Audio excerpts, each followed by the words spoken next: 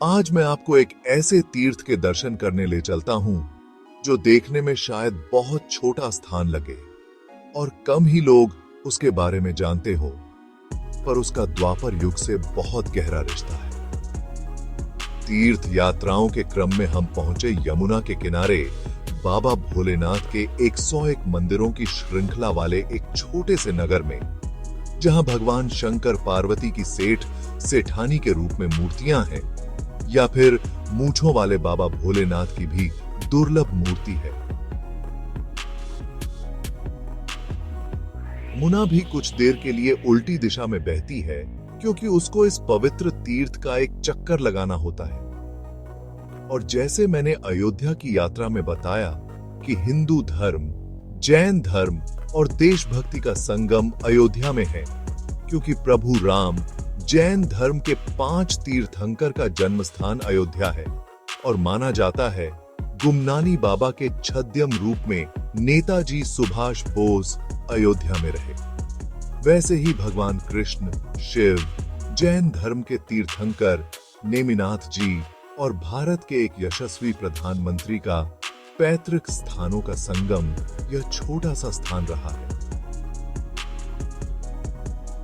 जी हां, मैं बात कर रहा हूं हमारे प्रिय प्रधानमंत्री और ओजस्वी कवि श्री अटल बिहारी वाजपेयी के पैतृक स्थान बटेश्वर की ओर यमुना के किनारे स्थित शिव मंदिरों के इस शहर की नीरवता, वर्षा में हरियाली छठा अद्भुत है।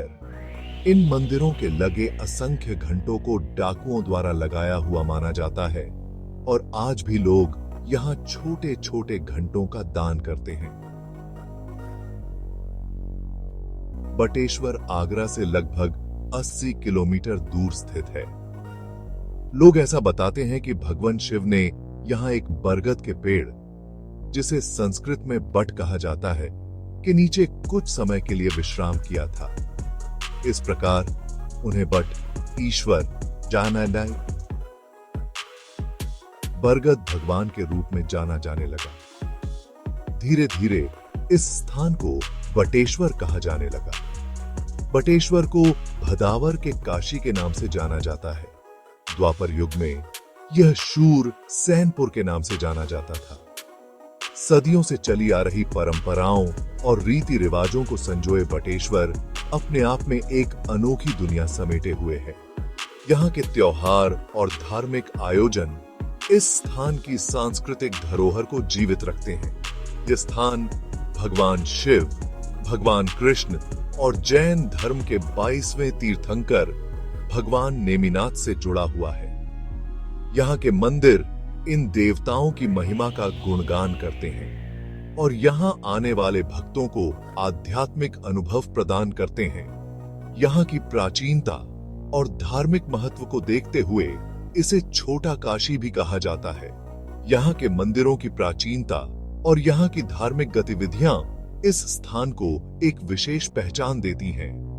बटेश्वर न केवल धार्मिक दृष्टि से महत्वपूर्ण है, बल्कि यह भारत के पूर्व प्रधानमंत्री श्री अटल बिहारी वाजपेयी की जन्मस्थली होने के कारण भी विशेष महत्व रखता है। यहाँ की ऐतिहासिक धरोहर और धार्मिक महत्ता इस स्थान को और भी महत्वपूर्ण बनाती है।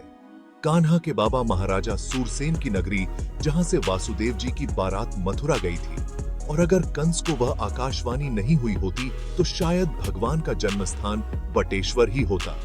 एक मान्यता है कि कंस के पिता उग्रसेन को पंडितों ने कंस के जन्म के समय बताया कि वह कुल के विनाश का कारण बनेगा, और महाराज उग्रसेन ने कंस को काट के एक बक्से में रखकर बहा दिया, और वो बक्सा बटेश्वर में एक किनारे से टकराकर रुक गया, और आज भी उस जगह को कंस कगार के नाम से जानते हैं। वहीं एक दूसरी मान्यता यह भी है कि कंस वध के बाद उसका शरीर यमुना में बहा दिया गया था, जो यहाँ किनारे पर आकर लगा था, इसलिए इसे कंस कगार कहते हैं। कंस के वध के बाद कुछ समय भगवान कृष्ण बटेश्वर रहे थे। कुंती का जन्म और सूर्य के वरदान से उत्पन्न कर्ण का जन्म भी यही हुआ था।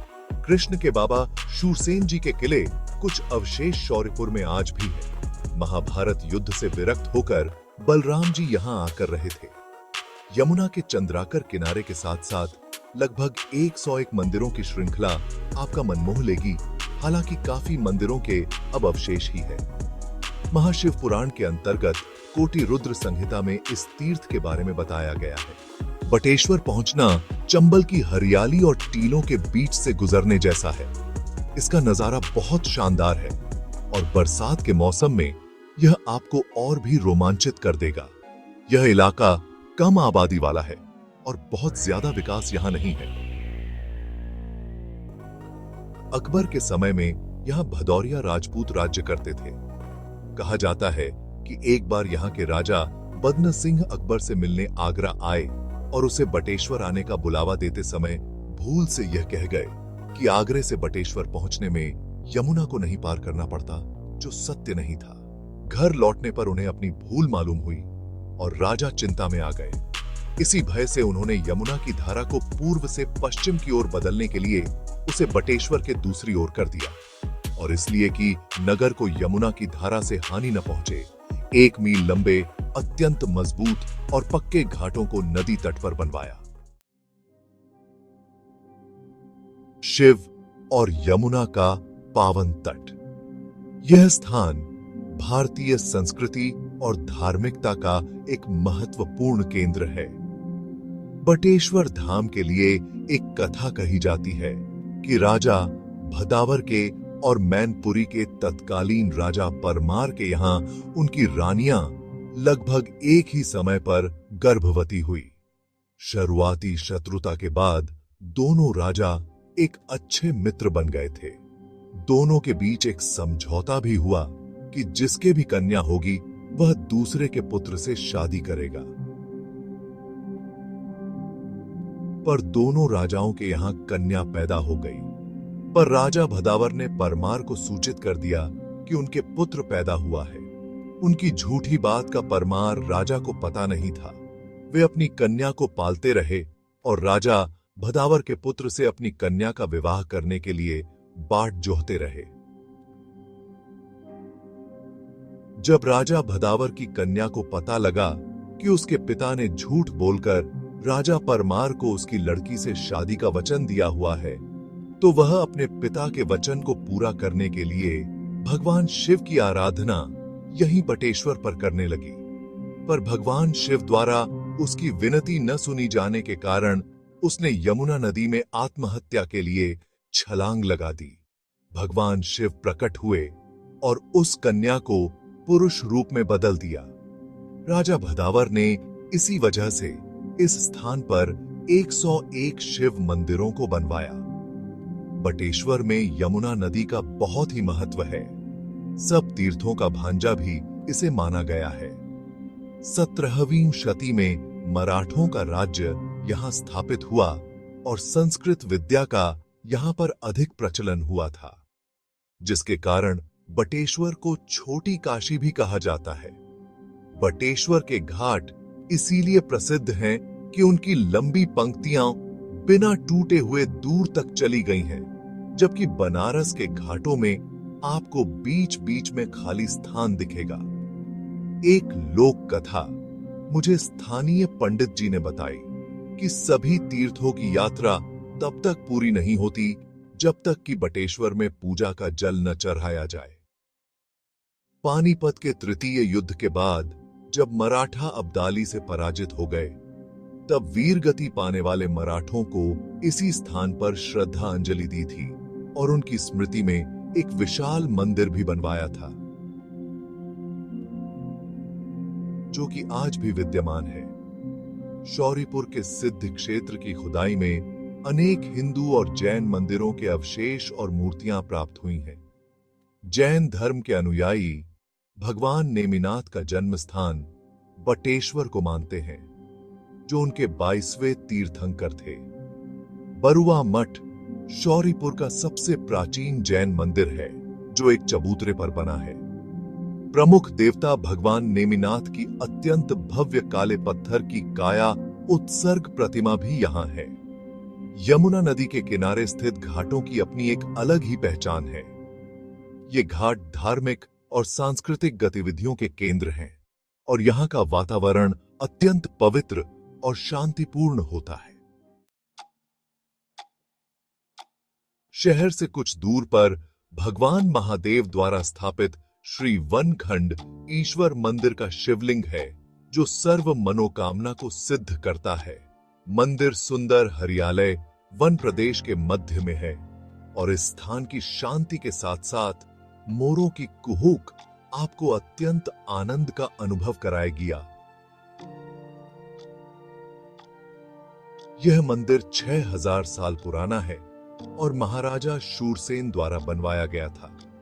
पुजारी जी बताते हैं कि शिवलिंग यमुना नदी से प्राप्त हुआ था और इसका पत्थर अष्टधातु से भी ज्यादा कीमती है, जिसको चुराने का प्रयास भी हुआ पर विफल हो गया। यहाँ के 101 मंदिर अपेक्षाकृत नए हैं, जबकि वन खंडेश्वर का शिव मंदिर महाभारत कालीन है। बटेश्वर की गुंजिया खोटिया प्रसिद्ध हैं। पशु मेला 3 भागों में पूरा होता है। पहले ऊंट, घोड़े और गधों की बिक्री होती है, फिर गाय आदि अन्य पशुओं की, तथा अंत में सांस्कृतिक कार्यक्रम होते हैं। हमें एक पंडित जी ने बताया कि बटेश्वर में ही प्रसिद्ध वाजपेय यज्ञ या शक्तिप्रद पेय शरद ऋतु में यज्ञ हुआ था। इस यज्ञ के एक भाग में सोमपान करके रथों के दौड़ देखियच भी होती थी। यहाँ के वाजपेयी ऊंची मर्यादा के माने जाते हैं। यज्ञ स्थल को देखकर ऐसा प्रतीत होता है कि यह निश्चय ही प्राचीन है। दूर दूर से लोग यहाँ शंकर जी का जलाभिषेक करने, बेलपत्र चढ़ाने और वंदन अर्चन करने आते हैं। यह मंदिर यमुना की धारा की दिशा बदलने से पहले बना था। इस मंदिर में महाराजा शूरसेन और कान्हा जी के पिता वासुदेव जी पूजा करते थे। शुभ कार्यों के समय लोग यहाँ दर्शन पूजन के लिए आते हैं। भारत के यशस्वी प्रधानमंत्री अटल बिहारी वाजपेयी जी के पैतृक घर के कुछ अवशेष ही है। हाँ, उससे कुछ दूर पर उत्तर प्रदेश सरकार एक पुस्तकालय, एक बच्चों के खेलने के पार्क और संग्रहालय का निर्माण अटल जी की पुण्य स्मृति में कर रही है। यहाँ आने वाले हर व्यक्ति को इन मंदिरों की शांति का एहसास अवश्य होता है। यह स्थान न केवल धार्मिक दृष्टि से महत्वपूर्ण है, बल्कि यहाँ की शांति और सुंदरता भी मन को मोह लेती है। आगरा से बटेश्वर की दूरी लगभग 80 किलोमीटर है और यहाँ पहुंचने में लगभग 2 घंटे का समय लगता है। आप यहाँ सड़क मार्ग से आसानी से पहुंच सकते हैं। आगरा लखनऊ एक्सप्रेस वे पर लगभग 70 किलोमीटर चलकर बटेश्वर के लिए एग्जिट लेंगे। आगरा से नियमित रूप से बटेश्वर के लिए बसें और टैक्सी उपलब्ध रहती हैं। अपनी कार से भी बटेश्वर पहुंचा जा सकता है। रास्ते में आने वाले गांव और खेत आपको शहरी जीवन की भागम भाग से दूर एक अलग ही दुनिया में ले जाएंगे। सर्दियों के मौसम में यहाँ का मौसम बहुत ही सुहावना होता है, इसलिए यह समय बटेश्वर की यात्रा के लिए सबसे उपयुक्त माना जाता है। यहाँ आकर आप न केवल धार्मिक स्थलों के दर्शन कर सकते हैं, बल्कि यमुना नदी के किनारे कुछ समय बिताकर प्रकृति के करीब भी जा सकते हैं।